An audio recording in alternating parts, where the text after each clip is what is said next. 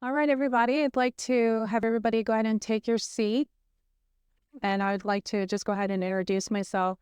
My name's Andrea Tomada. I'm with the HIV, STD, and Hepatitis branch of Public Health Services with San Diego County, and I'm vice chair of the Hepatitis C elimination effort here. And I want to just thank everybody for being here on their Saturday. I really appreciate it. It really just genuinely shows your support for our cause here.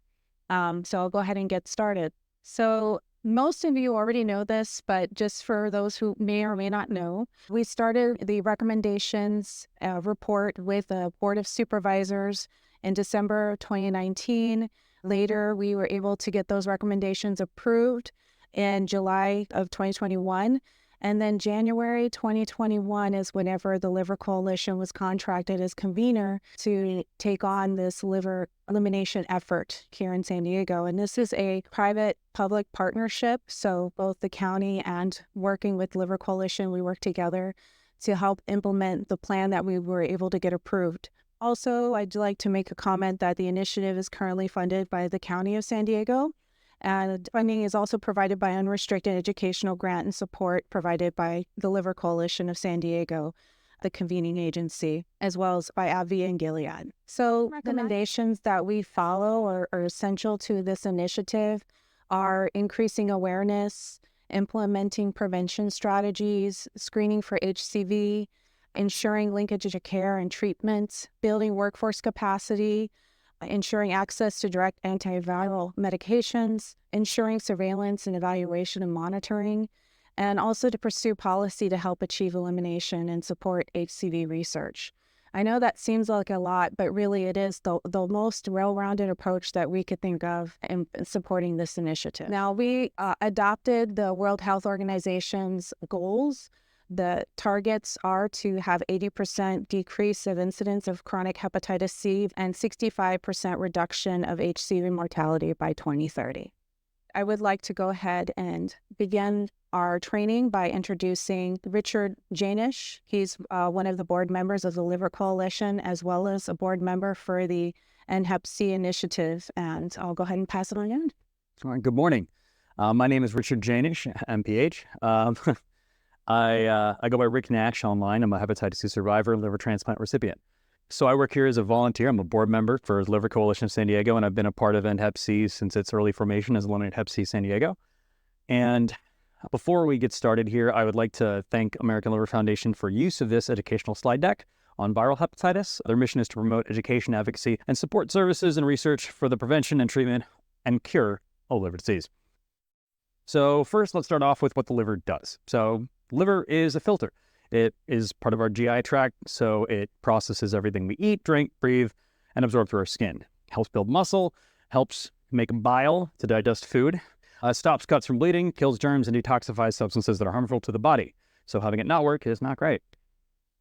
Okay, so this is the real challenge. So one of the most common misbeliefs is that the only thing that can cause liver damage is drinking alcohol in excess. While drinking excessive amounts of alcohol can cause liver damage, it is not the only cause.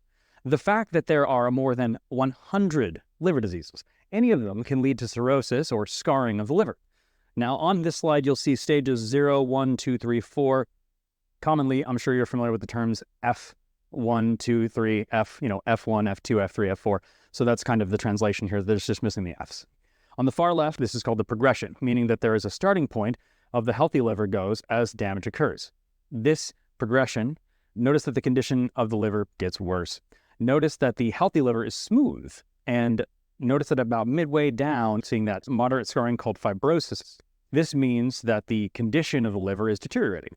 Fibrosis can be reversible because the liver can regenerate if damage is caught early on. If not, the damage can move into stage 3 or 4 with significant damage and cirrhosis. Cirrhosis can lead to liver cancer, liver failure, and extreme cases, death. In the larger images in the center of the slide show drastic differences between healthy liver and a liver with cirrhosis and cancer. Remember, you cannot live without a healthy liver. So one of the big things on here is definitely the fact that the liver is huge. It's a very large organ, so it has the ability to regenerate. So common causes of liver disease. So millions of people in the United States have liver disease. It's estimated that 1 person out of every 10 has a liver disease from various causes. That's a large percentage. Did you know that liver diseases include hepatitis C, non-alcoholic fatty liver disease, now called MASLD, and liver cancer are on the rise? At least 3.5 million Americans are infected with hepatitis C. The number is an estimate. The unfortunate thing here is as many as 75% of people who have hepatitis C do not even know that they are infected because most people don't have the symptoms of the illness early on in the disease process. It is, known as a silent disease because for me, I was born with it as a vertical transmission. I didn't start seeing symptoms really until I was about 20. And that seems to be relatively common. Usually it takes 10 to 20 years to start to see those types of symptoms progress. Primary liver cancer that starts in the liver, is one of the few cancers on the rise in the United States. Hepatitis C can progress to liver cancer and is one of the reasons why liver cancer is on the rise. So let's talk about some helpful terminology. This is a little bit hard to read, so we'll kind of go over them lightly. So there are many terms that are used when speaking about viral infections like hepatitis. Some are the most common ones you may encounter. If you are tested and or treated for viral hepatitis, don't be overwhelmed by these words. Let's go through each one and have a basic understanding about each one. So, virus. Virus is a tiny germ that is made up of genetic material, DNA or RNA, in a protein coating. They enter cells to multiply and produce more copies of themselves. This can kill or damage the cell and make you sick. Different viruses attack different parts of your body. In this case, these are all liver viruses. Acute infection. Some viruses enter our body and make us sick very quickly, but our immune system can defeat them. An acute infection of viral hepatitis may last up to 6 months or may not. Someone feels very sick at all. People with an acute infection can still pass on the virus to other people while they are sick. Chronic infection. If someone's immune system cannot fight the virus away in the first 6 months, the infection becomes lifelong. Not all hepatitis viruses cause chronic infection. Some chronic infections can be cured while others cannot. Antibody. An antibody is produced by your immune system when it detects a harmful substance like a bacteria and viruses. Think of an antibody like an army made by your immune system specific to a harmful substance. Antibodies are stored up like a library, so your body can be prepared to fight the same invader in the future. Some, but not all, antibodies result in immunity. Antigen. An antigen is a small marker of a harmful substance, like a virus, that causes your immune system to create an antibody. Your immune system uses antigens to release correct antibodies that are specific to that enemy to create new antibodies to fight the infection. And the last one, vaccine. Vaccines imitate an infection without causing the illness. Vaccines teach your immune system about different bacteria or viruses and prepare antibodies just in case you become infected in the future. Vaccines safely create a natural protection by working with your body's natural immune response. So let's start to go over the different types of viral hepatitis. So remember, viral hepatitis may not always make people feel ill, and people who have viral hepatitis may not look ill. So let's talk about the ABCs, right? Hepatitis A is highly contagious, and infected people can spread the virus even if they don't look or feel sick. All right, where does it live? It lives in blood, it lives in stool, and contaminated surfaces. How is it spread? So it's spread via, it's really the fecal-oral route. So we're talking about eating contaminated food or drink, close contact with someone who is infected, sex with an infected partner, caring for someone who is ill, using drugs with others. Is it common in the U.S.? Kind of. Cases declined after a vaccine was approved in 1996. Cases began increasing in 2012 and continue to grow. Currently, there are many outbreaks across the United States. I mean, even here in San Diego a few years back, we had a hepatitis A outbreak that I'm sure some of you remember. As we know, it is vaccine preventable, and the benefit is you're not going to get it again once you've got it. Will I know if I'm sick? Not everyone has symptoms. People can infect others before they know they're sick, and adults are more likely to feel sick than children. Symptoms appear 2 to 7 weeks after infection and can include yellow skin or eyes, jaundice, loss of appetite, upset stomach, throwing up, stomach pain, and or diarrhea, fever, joint pain, and or feeling tired. So that's not great. Okay. Some more stuff about hepatitis A. There is no treatment to cure hepatitis A, People generally are instructed to get a lot of rest, drink a lot of fluids, and eat a healthy diet. People generally clear the virus on their own within about 6 months. Vaccination is the best way to prevent infection. Other prevention tips include thorough hand washing, making sure that food is prepared in a sanitary way, and never sharing equipment for drug use. Okay. Sexual transmission of hepatitis A is possible, so use of a barrier for oral and anal sex is advisable for safety. Certain groups of people should be vaccinated, including children under the age of 1, people who have traveled internationally, people who've had direct contact with anyone who is infected with hepatitis A, men who have sex with men, people who use or inject drugs, people with other long-term liver diseases, and people experiencing homelessness. So how is it diagnosed and treated? So diagnosis is blood test. Treatment is, like I said, rest, good nutrition and fluids. Symptoms last about 2 months, and usually it makes people feel sick up to 6 months. If I was exposed, now what? Really, preventing infection is possible. 1 dose of the vaccine does prevent infection, and you should see a doctor within 2 weeks after exposure. What can I do to prevent it? Again, vaccination. But after that, hand washing with soap and water, being careful about eating food prepared in a sanitary way, receiving a vaccine, there we go. Never sharing equipment to use drugs, and only using fresh, clean water. Sorry if I laughed there. It's only because we're going to be doing harm reduction stuff later, so it's a bit weird. So using a barrier for oral and anal sex. Let's go into hepatitis B. So we'll get to hepatitis C in just a moment. So hepatitis B, people are usually infected and can fight off the virus through their own immune systems within 6 months. But those who can't will develop chronic hepatitis B. Complications can occur up to 25% of people with chronic hepatitis B. It is a bit more rare in that sense.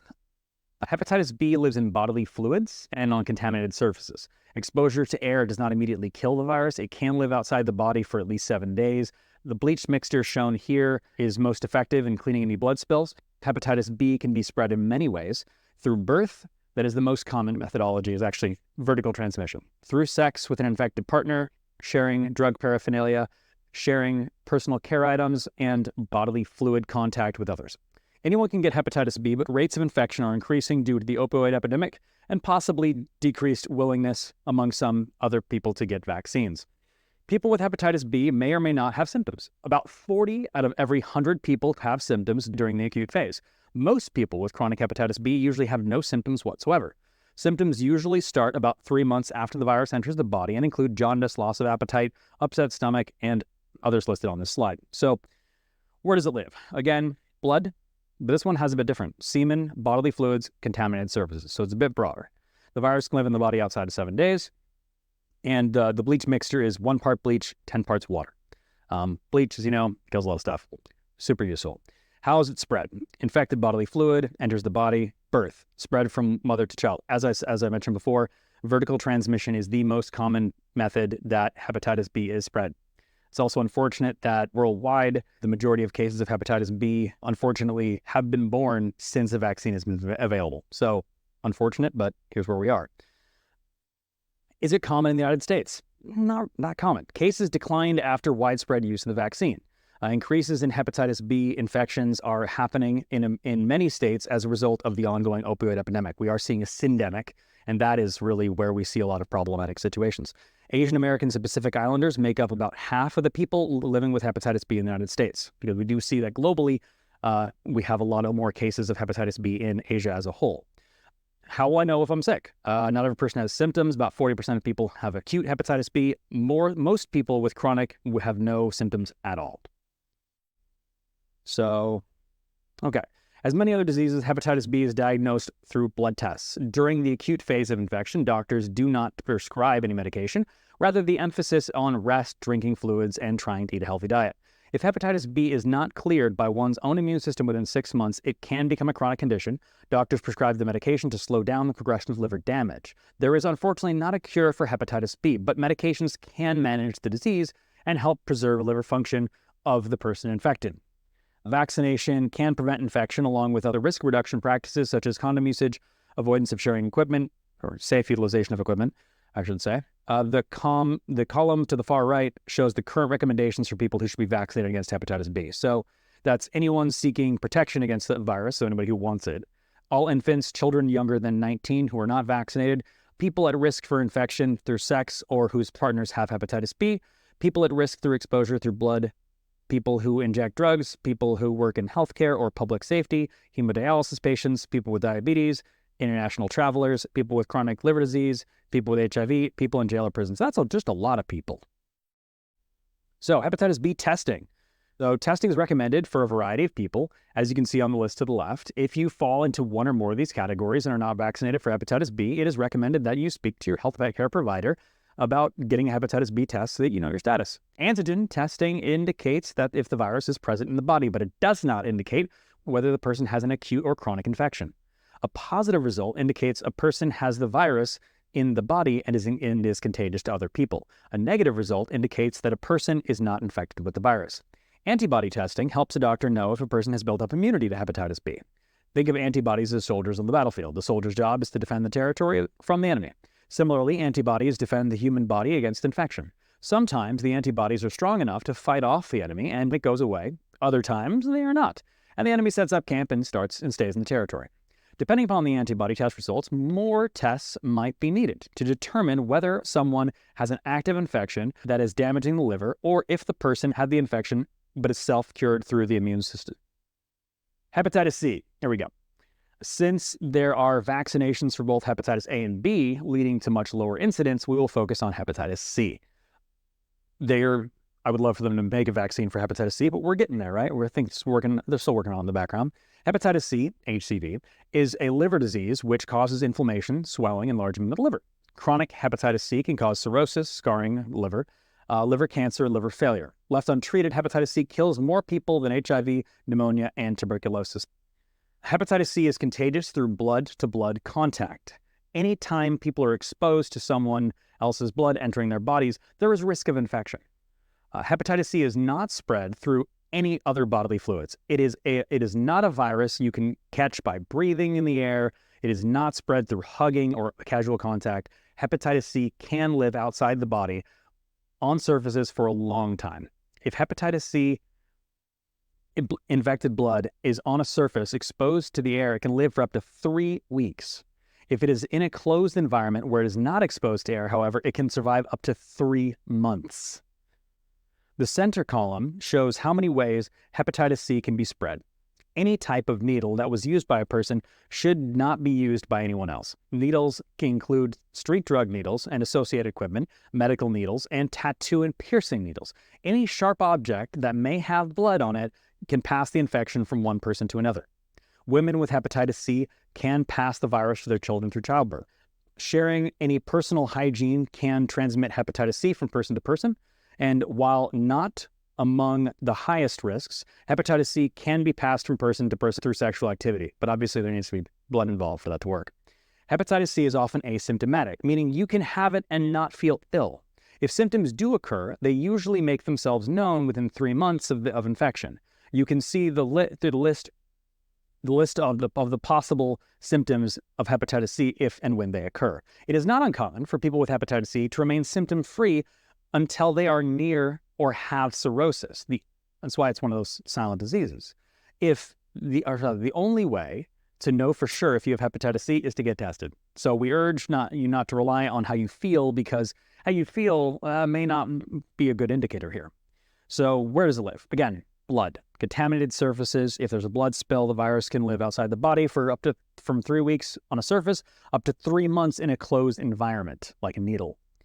So a mix of bleach, again, 1 part bleach, 10 parts water works well. There are other things. If you don't have bleach, there's also Dawn that has an effect, and obviously rubbing alcohol has some effect, but it's not going to be as good as bleach. How is it spread? Blood-to-blood blood from an infected person. So if it enters the bloodstream of someone who is not infected, so that means sharing needles, syringes, or other drug preparation equipment, being struck by a needle or other sharp object that is infected, so a needle stick. Unfortunately, people who engage in high-risk sharing of street drug equipment do not know or do not choose to use harm reduction techniques to avoid passing infection from one to another. So before 1992, hepatitis C was commonly spread through blood transfusions or organ transplants. Thankfully, we now test those things in most settings. Widespread screening of blood supply in the United States has basically eliminated the source of that infection. New infections are reported to the CDC in 2018 was 4 times as high as it was in 2009. Increases among people in their 20s and 30s have coincided with the opioid crisis.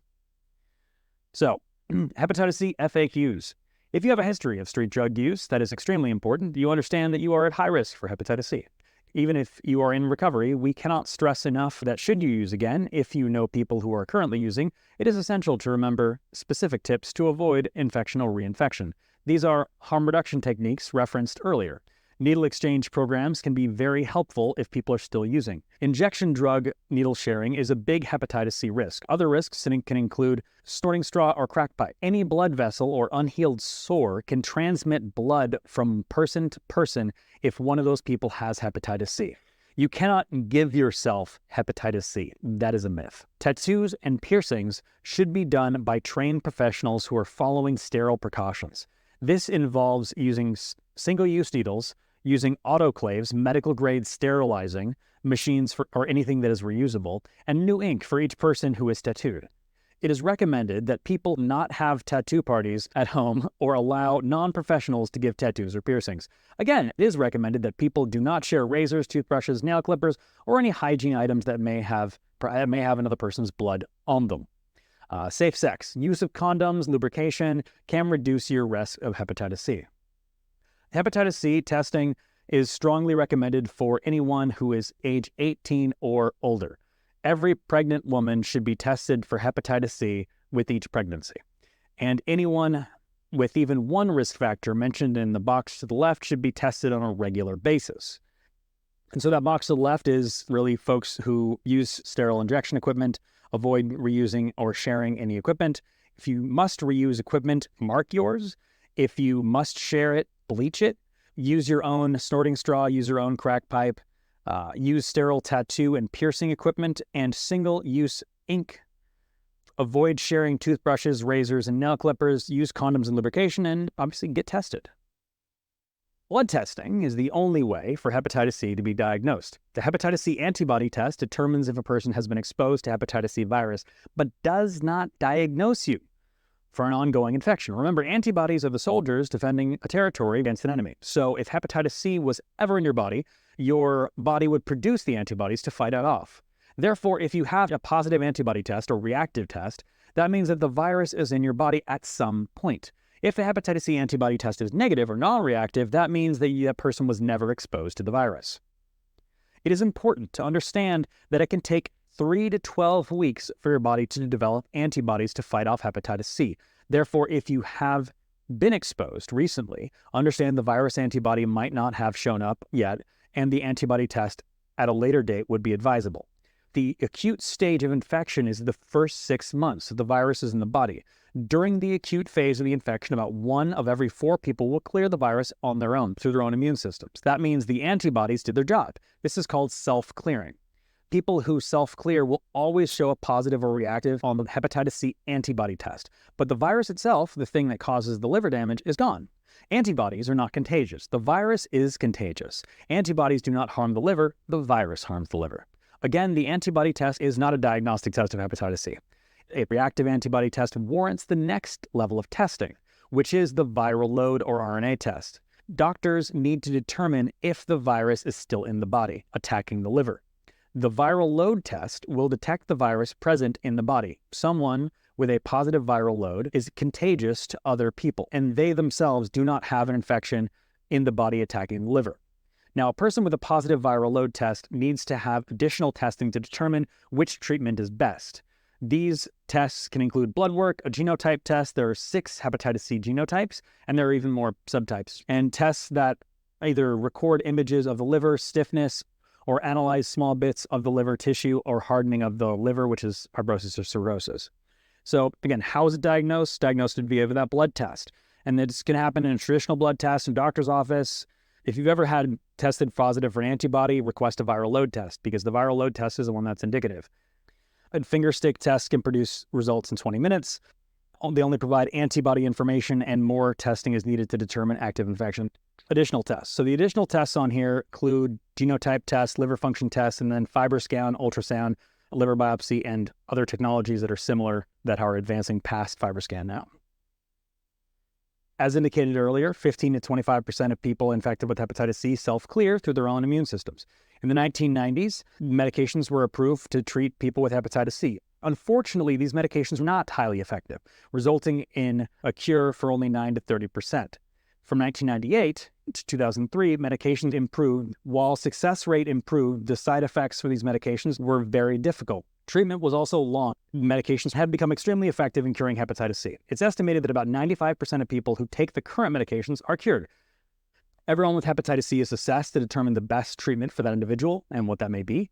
Factors that determine it include sobriety restrictions. That means that a doctor may want a person to not use any substance for any specific time or during treatment. In addition, the amount of liver damage a person can impact treatment choices. Prescriber restrictions also impact treatment.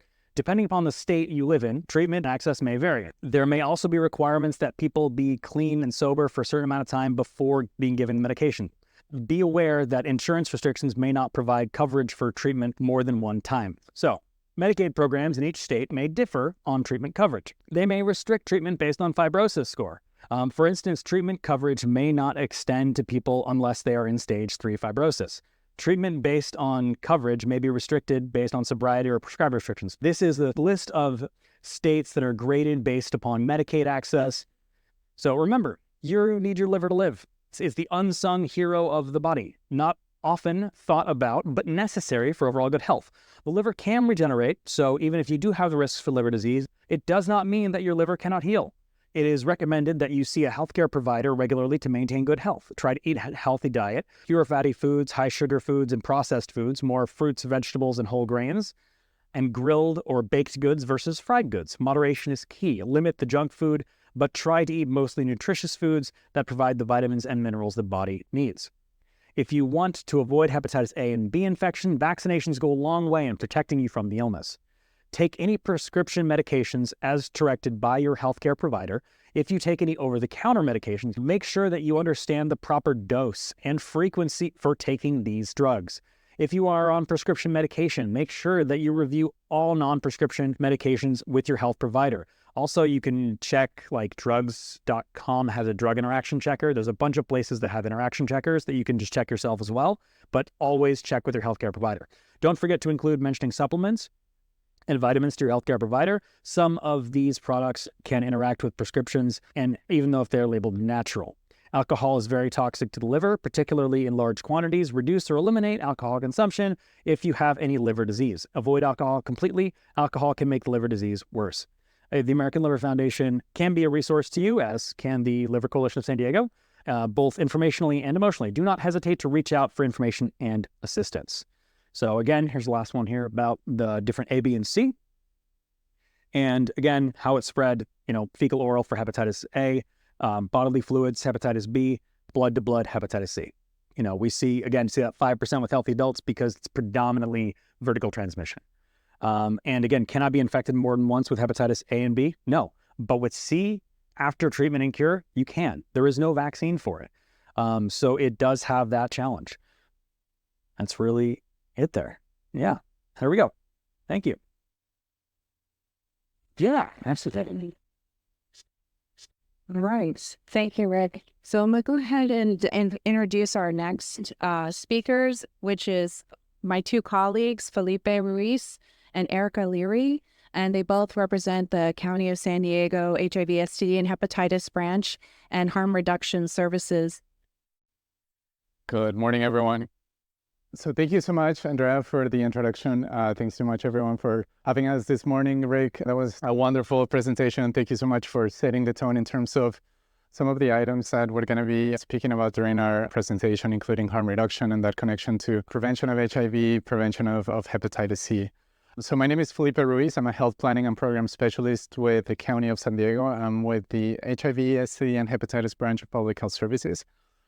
Erica will introduce herself in a little bit, but basically today we're going to be providing an overview of harm reduction, some of the work that has been taking place within the county, but also giving you a brief training about the principles of harm reduction and how this connects to some of the things that we've been speaking about this morning. So just a quick agenda for this morning. So we'll start with sharing some of the learning objectives that we have for this presentation.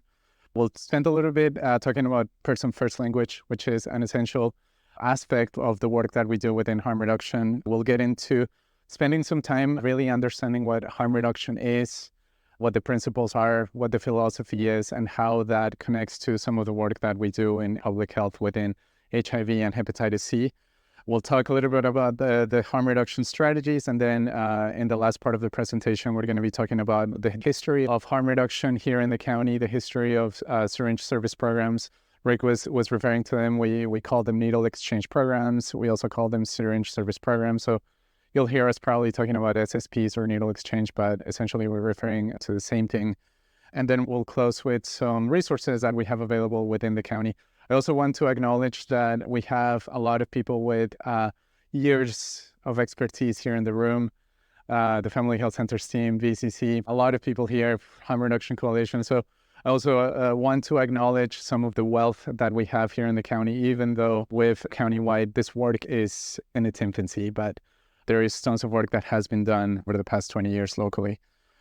Just quick learning objectives, three. We have three main ones for this morning. The first one is defining harm reduction.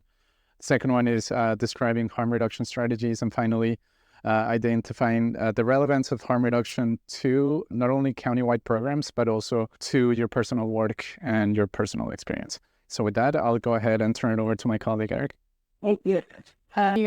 This one's the live one. Thank you so much. Good morning, everyone. My name is Andrea Leary.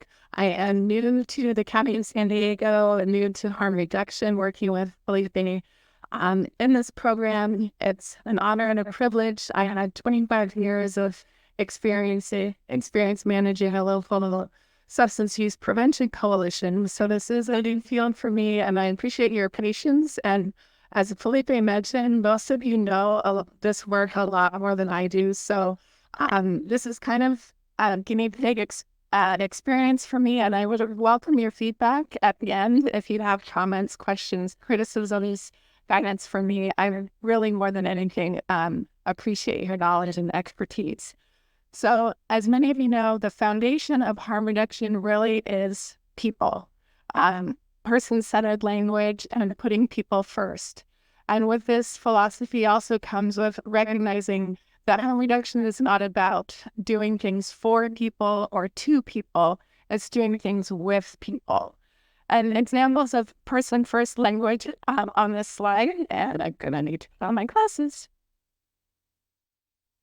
include, instead of using terms like addict, junkie, or substance abuser, we use the terminology person who uses drugs or person who injects drugs.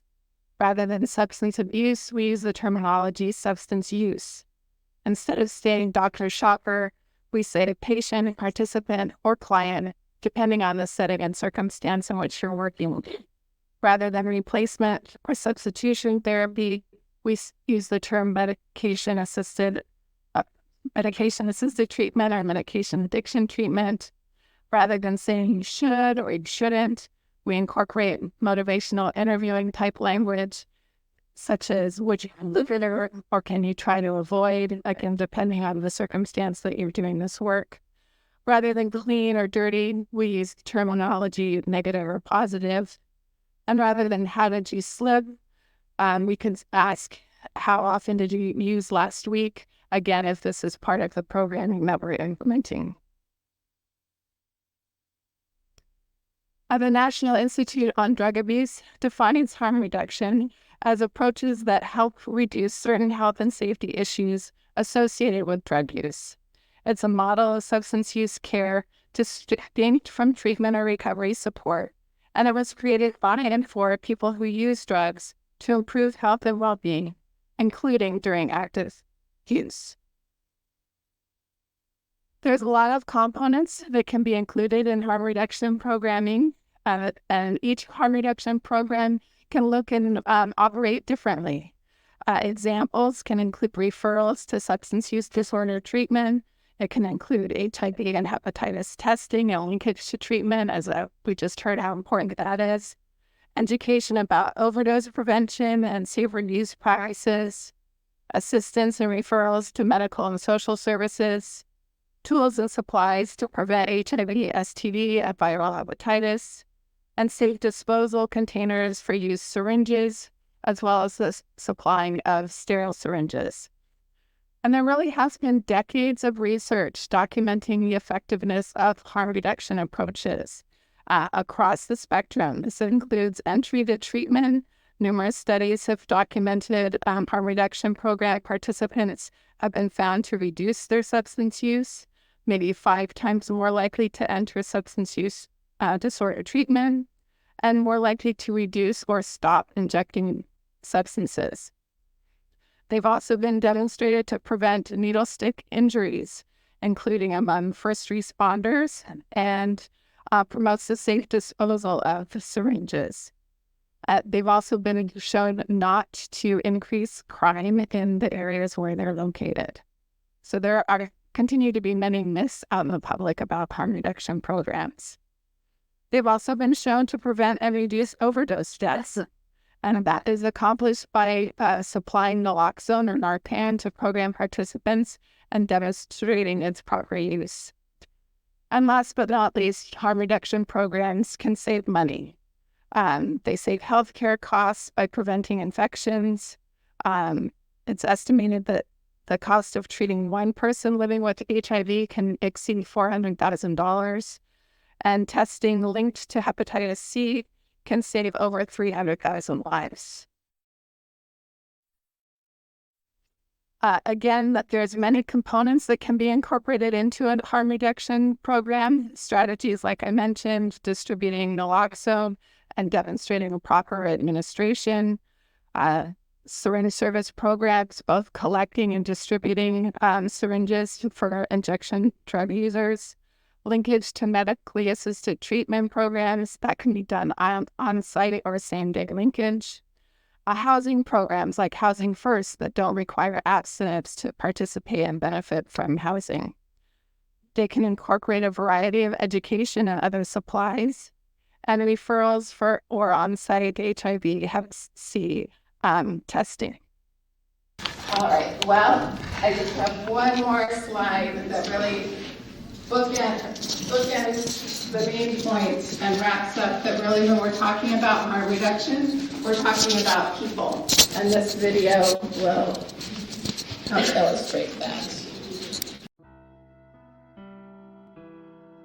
Well, harm reduction saved my life because it's about making incremental changes. Coming to harm reduction where the arms were open, I was comfortable talking to people about things I never spoke about in my life.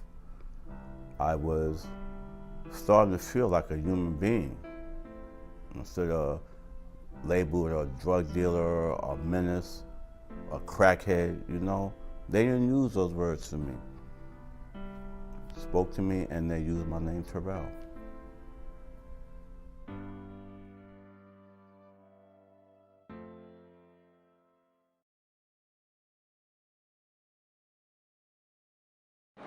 All right, thank you so much, Felipe. That was a great presentation, and I'd like, since we've been giving so many kudos to Family Health Centers of San Diego, I'd like to go ahead and also introduce them as being one of our speakers. We have Carolina Carrillo and Roxana Racino. I apologize if I said anyone's name wrong, but I'd like to welcome on the stage to talk about navigation.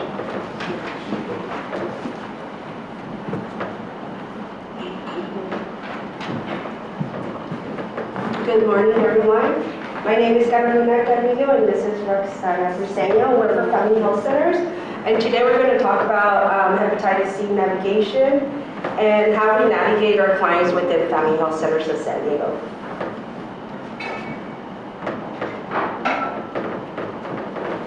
Good morning, everyone. So my name is Roxana, and I'll be talking about what the navigator actually does and what is the role. So the navigator actually acts like the middleman between the providers, treatment centers, probation departments, and their patients. The navigator assists with insurance, appointments, identifying barriers to care such as transportation, translation, resources, and follow-up to care, as well as depending on the patient's present needs. The navigator assists with referrals to substance use disorder, mental health, dental, vision, primary care, case management, HIV care, PACE program, prenatal care, GYN, and street medicine if that's what works for them better. One of the things that is really important for me, and I try my best to implement this on our daily, is daily and weekly check-ins. The only reason for that is because our patients need to feel that someone cares for them. They want to feel that someone is cheering them on. So for us, doing a daily and a weekly check-in is just to check in to see how they're doing, check in if they have any issues with the medication. It is important for us and it is important for them, especially for those that don't have anybody to guide them. We're here to guide them, we're here to support them. Who do we serve? Well, we serve everyone, of course, but mostly we focus on our drug treatment programs, healthcare for the homeless and the mobile health clinics, street-based outreach programs, previously incarcerated individuals, high risk and medical underserved. Like I said, we do serve everyone, but we try our best to actually focus on these clients the most, just because those, for example, that are in drug treatment programs, sometimes they don't always get all the help. So when we go and we do our outreach towards them, or when we go on sites and we test them, we want to make sure that they're actually doing good. And if part of their goal is to get better in their health, we're going to be there for them. How do we connect with the clients? Well, assuming that the client is already disclosed with their confirmatory results, we want to, 1, assess the client's emotional state, 2, acknowledge the client's feelings in response to disclosure, 3, clarify any misconceptions. That one's a really highly important one. A lot of our clients think that, oh, well, I don't really know how I got it. Oh, but they think I'm gonna die if I already have Hep C. No. We want to make sure that we give them all the knowledge that we know. We want to make sure that we're counseling them. We want to make sure that they understand that just because you have Hep C, it does not mean that your life is over. 4, assess the clients with social support. 5, explore behavioral and previously discussed risk reductions. And 6, discuss treatment adherence. We focus on these the most because we want the patient to understand there's different ways how we're going to help them, there's different ways how we're going to guide them, and there's different ways that we're going to be holding their hands till they finish treatment. So now that we have evaluated their emotional state, we're going to dive more into the navigation assessment. So now we want to ask questions. We want to know what is the client's priority. We want to know, is the client the main source of a family? We want to be respectful as well. What is the client's priority? Is the client the one that's working, right? So we want to make sure that we are able to identify where he's at. We want to make sure if the client is ready for treatment. If the client has already a primary doctor. If so, who is the primary doctor? How can we help the client achieve the treatment? Do the client has already a case manager? Is he already working with somebody? Do the client has a stable home? Is he homeless? We also have a client locator. A client locator form is a form that we use that is really cool when somebody is on shelter. This client helps us document the following information: hangout spots, temporary addresses, street names, AKAs, shelters, immediate family addresses, if the person is homeless, parks, streets, if they are staying under a bridge, anywhere, right? A library. If they're staying in a tent, what color is the tent? Cross streets. Anything that can identify where that client is staying, we write it there. Release of information. The release of information, we try to get a release of information of anybody that the client will give us permission. And this can be anybody that will help us locate the client in case this client gets lost to care, right?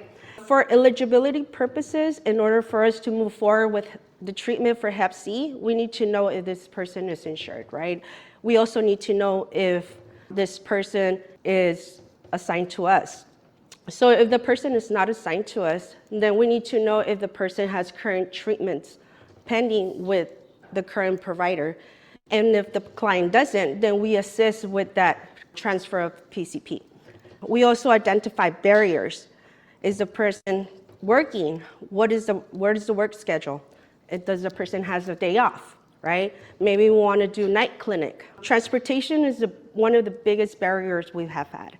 So with family health centers, we do offer transportation. I know that insurance companies do offer transportation as well. So setting up those transportations are a huge help. Group hours, I know that when our clients are in group homes and stuff like that, always just try to communicate with the drug treatment centers and see when is a good time to set up these appointments. And again, if the client does not have insurance, then connect them to the CAA, to an eligibility worker, and follow through. Make sure that the client does make it. If the client is stating, I don't have transportation, then set up an appointment with the eligibility worker and also set up an appointment with transportation so the client can get to that eligibility worker appointment.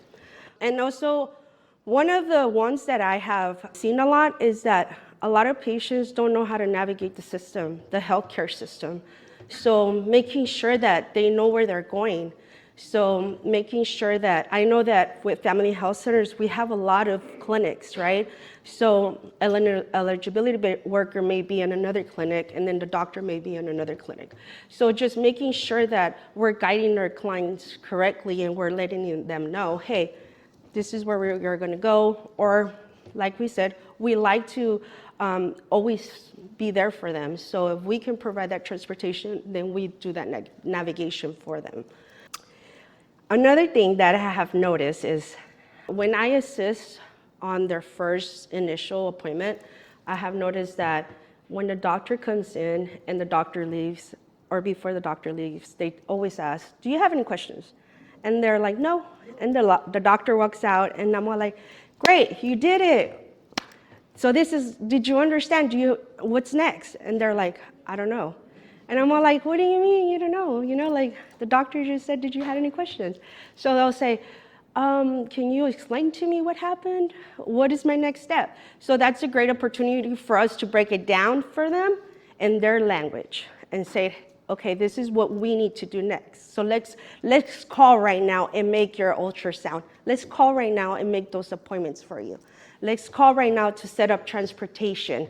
All that should be done at that moment so you can have that follow-up appointment with them. So once they leave out of that doctor's appointment, everything is already done for them. And then support system as well. And like I mentioned, if you're available, go with them to their appointment. And that's if they allow you to as well. So that's for that. Some key points that I wanted to mention is always stay true to your promises. If you're going to meet the client at that appointment, be there. Even if the client is like the fourth time that they no-show, just be there, If you're going to tell them, I'll be here tomorrow to bring you your appointment slip, just be there. Check in with your clients. Reminder calls a day before, a day after. Hey, how did it go? If the client missed their appointment, call them. Hey, I noticed you missed your appointment. Is everything okay? Let's reschedule that appointment. Is there anything I can help you with? Create a plan that works best for the client and not for you. I think that this is one of the most important ones. Sorry. And then the last one is include client into the individual care plan. So that's that. And then we wanted to share a success story. This is a straight linkage success story. And this one is really to my heart. So I navigated this patient.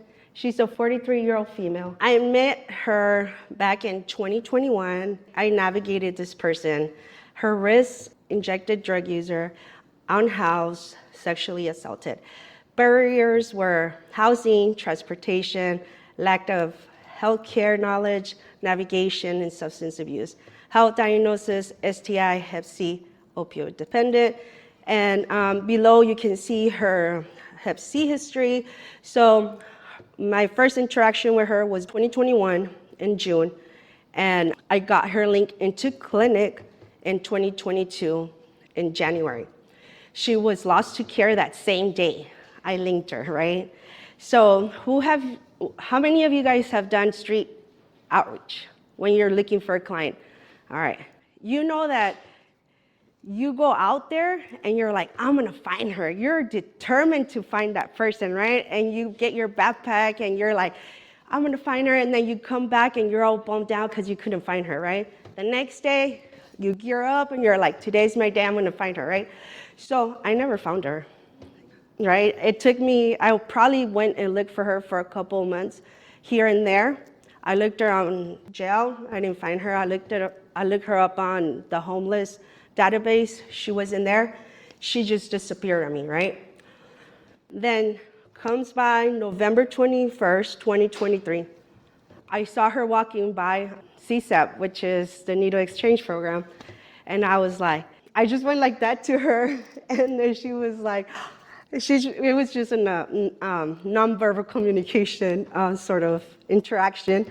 She just came to me and I told her, I'm just glad that you're okay. I told her, I'm just glad you're okay. And then she started crying and told me, I need to be seen. And I told her, of course, let's get you in, right? We ran her insurance and everything, got her in. Once she came out, we started talking and everything. And I told her what happened. And she said that she wasn't ready. Clinic was not for her. She felt embarrassed. She's homeless. She was smelling, and she was just not ready.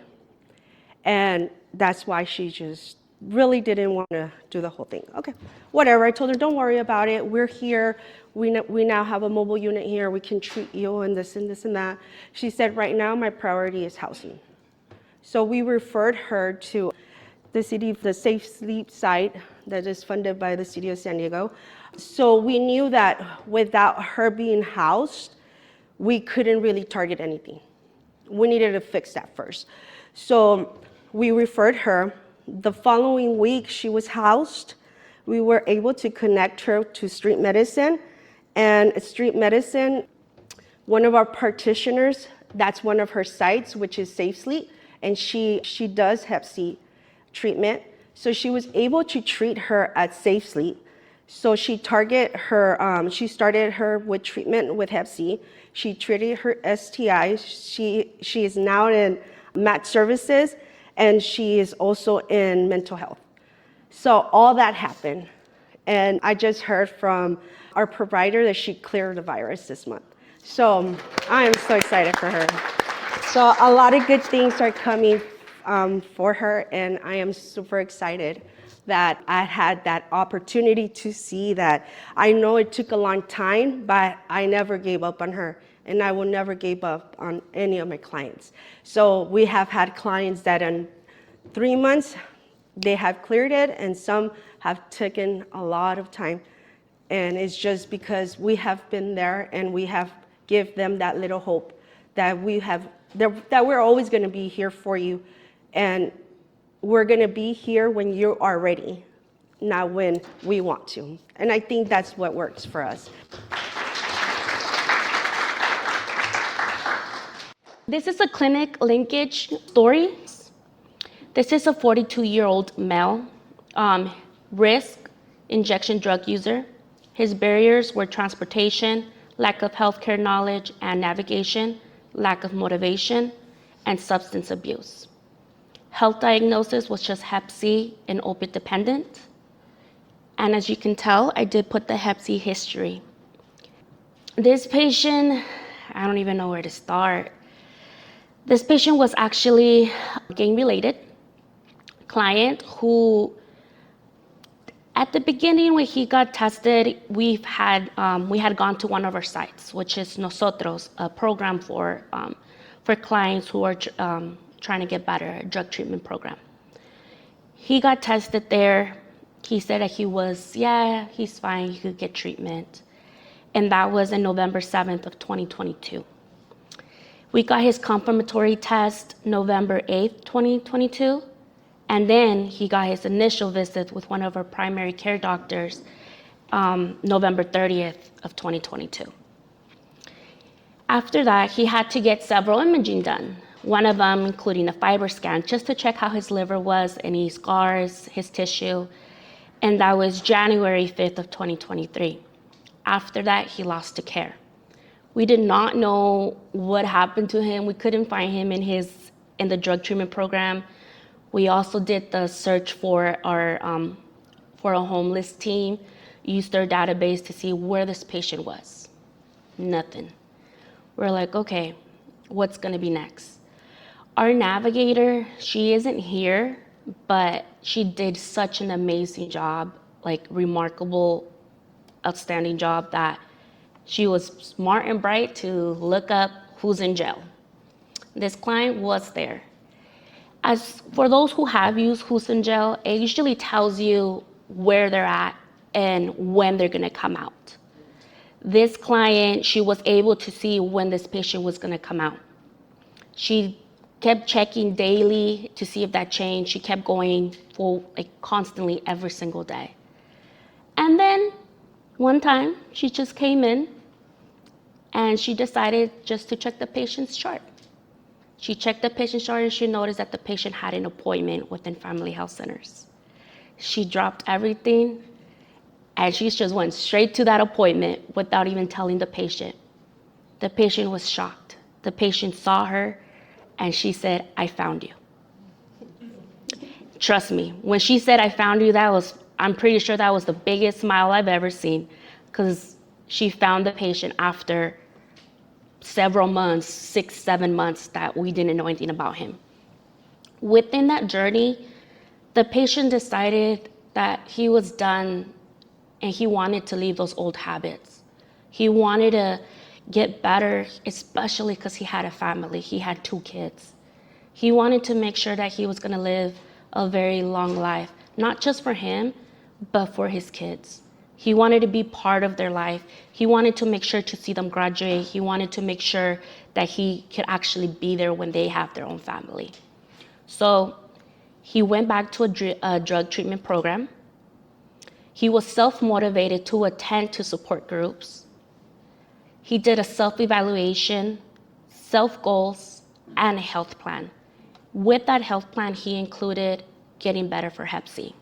With the help of our navigator and as well with Garo, they were able to achieve that. They were able to get them back into treatment. They were able to help him get better. They were able to make sure that he made it to his appointments. If that meant transportation, they were there.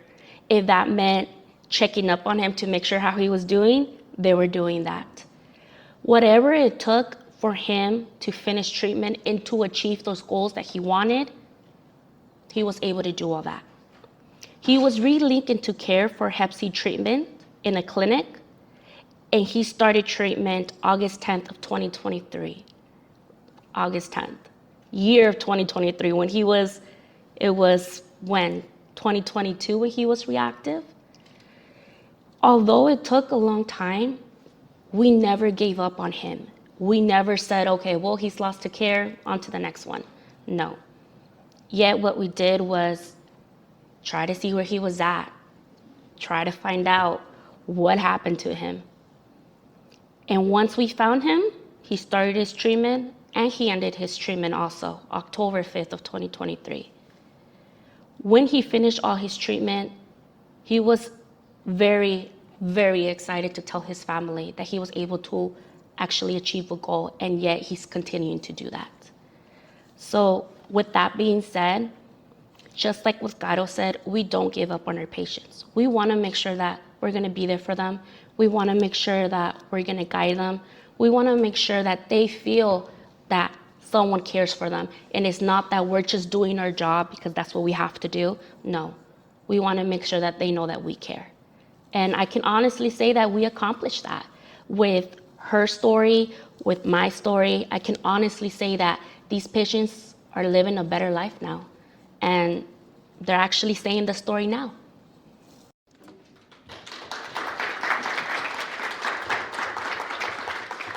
Thank you, and this is some of our clients. We're really proud to be a part of this. It takes a village of all of us, a great leader, and our founders, Felipe, and also everybody. I see a lot of our peers from family health centers as well, a lot of referrals. It takes a whole village to get these people cleared. I'm honored to be up here. I'm honored to navigate all these people because all these people have put their faith on us, and it's really an honor to be part of their lives and their successes. Thank you.